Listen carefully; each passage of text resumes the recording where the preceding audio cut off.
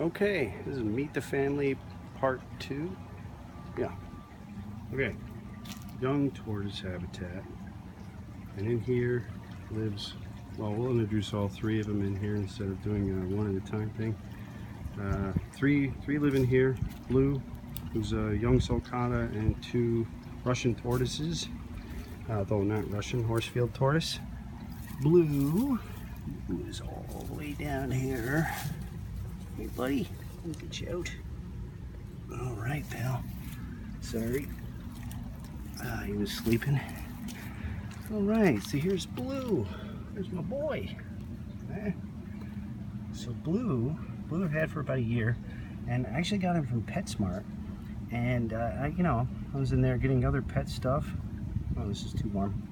And I watched Blue. I always stop and look at tortoises, so I watched Blue walking through his habitat that they gave him, and I could actually see his shell flexing as he walked, and I was so disturbed that I paid the outrageous money they wanted for him and took him home.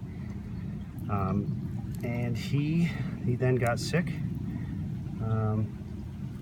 He was in here by himself even, so at the time anyway.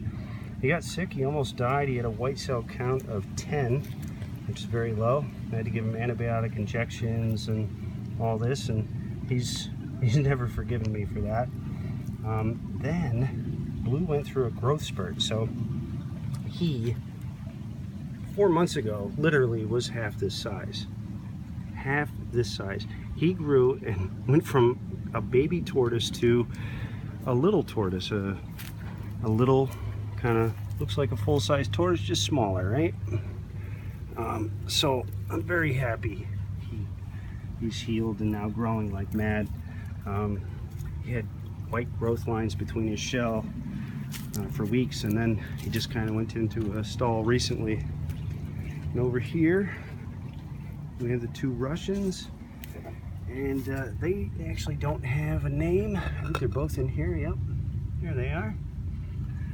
And so I do keep my Russians outside. And oops, they're all disturbed now. Sorry, guys. They're pretty cool characters. So Russians are supposed to be kind of hard to keep outside here in Florida because of the humidity. But they are under kind of a roof overhang. I'll bring them out so I can put this rock back down. They're kind of under an overhang, so this area doesn't really get a lot of water right on top of it.